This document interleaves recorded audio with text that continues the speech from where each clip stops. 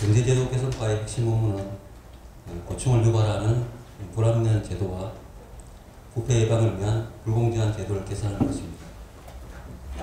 올해 저희들이 권고한 제도 개선 사례를 통해서 저희 부서에서는 어떤 업무를 또 어떻게 수행하는지 그리고 또 어떤 성과가 있었는지에 대해서 설명드리도록 하겠습니다. 먼저 국민 안전 강화 분야의 제도 개선 내용입니다.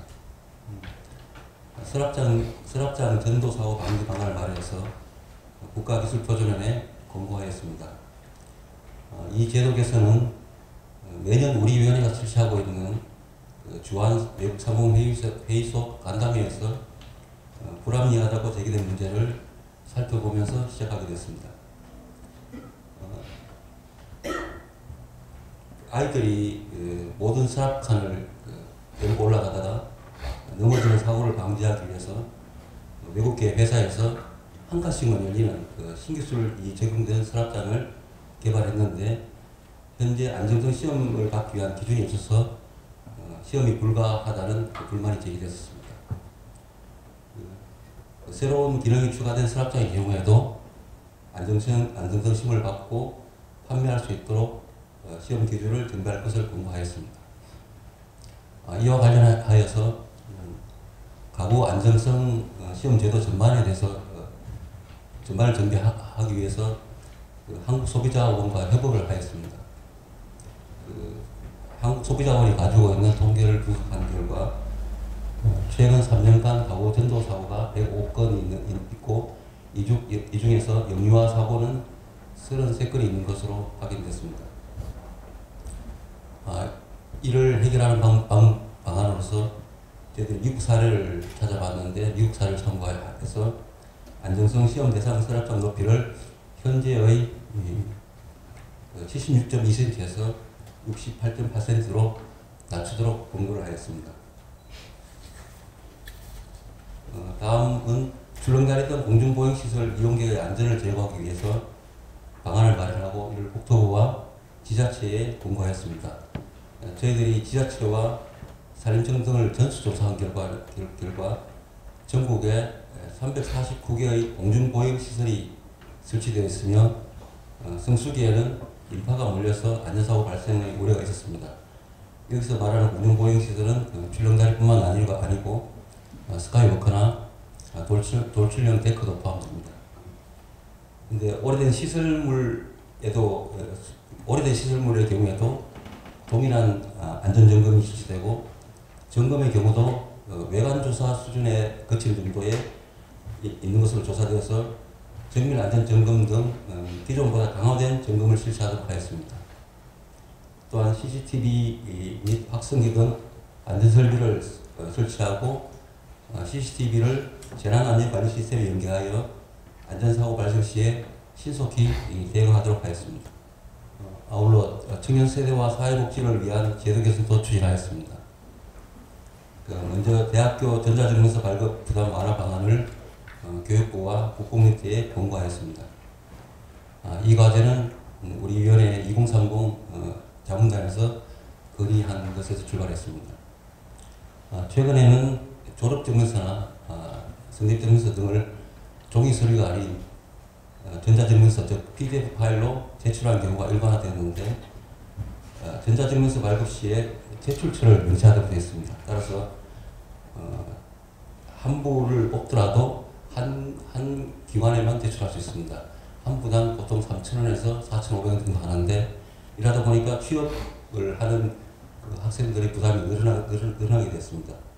또한 이 발급 증명서의 유효기간도 약 3개월 정도밖에 안 됩니다. 그래서 분기마다 증명서를 발급받아야 되는 부담도 있었습니다. 이에 따라서 제출처를 기입하지 않더라도 전자증명서를 발급받을 수 있도록 하였고 유효기간도 연장하여 취업준비생 등의 부담이 완화될 것으로 기대됩니다. 다음은 장기요양용원 보호 및 장기요양기관 부담 완화 방안을 마련하여 공고하였습니다. 이 과제는 지난 3월에 우리 위원장님이 요양보호사 등 돌봄 종사들과 간담회를 실시하고 고충과 애로사항을 청취한 후에 제도 개선을 추진하였습니다.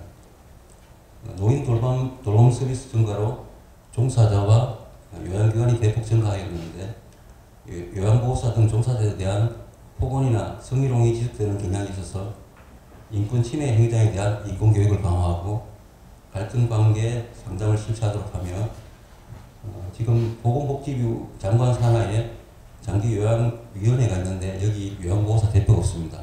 61만 명에 달하는 요양보호사 대표를 위원으로 위촉하도록 하겠습니다.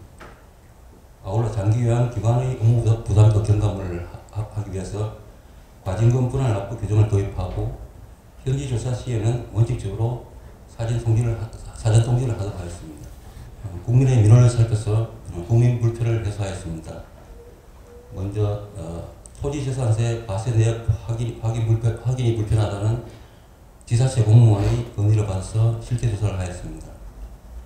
현재 재산세 토지부는 한 장의 고지서에 총 세액만이 통지되기 때문에 납세자가 필지별 세액 정보를 확인하려면 원칙적으로 시청이나 주민센터를 직접 방문을 해야 하는 불편이 있었습니다.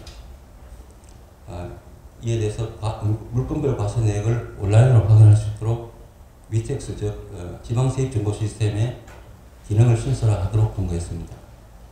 또한 단순한 확인 외에도 과세 내역을 서류로 받을 수 있도록 양식을 마련하도록 하겠습니다. 다음으로 개인택시 운송사업 양도양수와 관련하여 불편사항이 있다는 민원을 분석하고 관련 기관의 의견을 청취하였습니다. 현재 개인택시 종사자 수는 16만 명이며 매년 5천여 대의 개인택시 운송사업 면허가 거래되고 있습니다. 활발하게 양도 양수가 이루어지고 있음에도 5년의 양도 제한 기간이나 양수자의 지역 거주 기간 등 여러 제한이 있음에 따라서 고충이 존재하는 민원이 많았습니다. 이에 대해서 개인택시 양도 제한 기간과 지역 거주 기간 요건을 완화하도록 국토부에 권고했습니다. 부패 방지 분야의 제도 개선도 추진하여 공정사회 기반 조성에 기여하였습니다. 먼저 공공기관 징계감경 제도 공정성 제고 방안을 마련해서 기재부와 공공기관에 권고하였습니다. 공공기관 내부 표창은 쉽게 받을 수 있는데 이를 근거로 하여 징계감경이 빈발한다는 국감이나 언론에서 지적이 많아서 직무공적과 무관한 기관의 표창은 징계감경 대상에서 제외하도록 하였습니다. 또한 성범죄나 음주운전 등 중대비위에 대해서는 징계감경을 금지하고 모호한 징계감경 사유는 삭제하도록 하였습니다. 끝으로 지방의회 의사공개 활성화 방안을 마련하여 지방의회에 권고하였습니다.